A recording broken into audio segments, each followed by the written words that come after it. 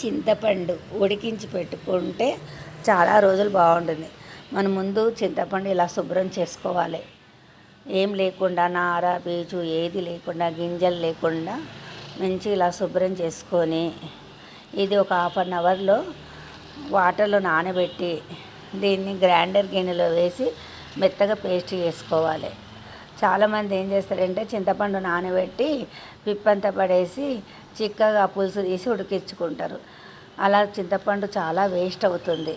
ఇప్పుడు ఇలా చేసి నువ్వు నార ఏమి లేకుండా పీచు అవన్నీ లేకుండా గింజ లేకుండా ఇలా నానబెట్టి చేస్తే చింతపండు అనేది వేస్ట్ కాకుండా మనకు పేస్ట్ కూడా మంచిగా అవుతుంది. చాలా బాగుంటుంది. ఇలా ఉడకబెట్టి పెట్టుకుంటే మనకేంటంటే పులిహోరకు పచ్చళ్ళకు దేనికైనా రెడీగా ఉంటే దేంట్లోనైనా వాడుకోవచ్చు. ఎమర్జెన్సీ ఉన్నప్పుడు ఇలాంటివి మనకు చాలా పనికి వస్తాయి. పేస్ట్ చేసిన తర్వాత ఒక గిన్నెలో పోసి పొయ్యి మీద సిమ్లో పెట్టేసి పసుపు ఉప్పు నూనె ఇంగువ వేసుకొని సిమ్లో ఒక 20 మినిట్స్ ఉడికించుకోవాలి.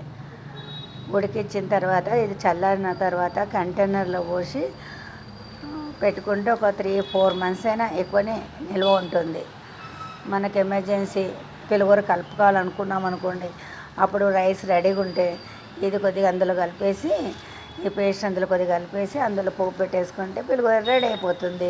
మనం ఏదైనా పచ్చడి చేసుకోవాలన్నా అప్పుడు చింతపండు వేయాలన్నా చింతపండు కొద్దిగా ఇది ఒక స్పూను చింతపండు పచ్చడిలో వేసామనుకోండి, చింతపండు పచ్చడి కూడా రెడీ అయిపోతుంది. మనకు రెడీగా ఉంటే దేనికైనా యూజ్ అవుతుంది. మీరు కూడా చేసి చూడండి. ఫ్రిడ్జ్లో పెడితే చాలా రోజులు నిల్వ ఉంటుంది.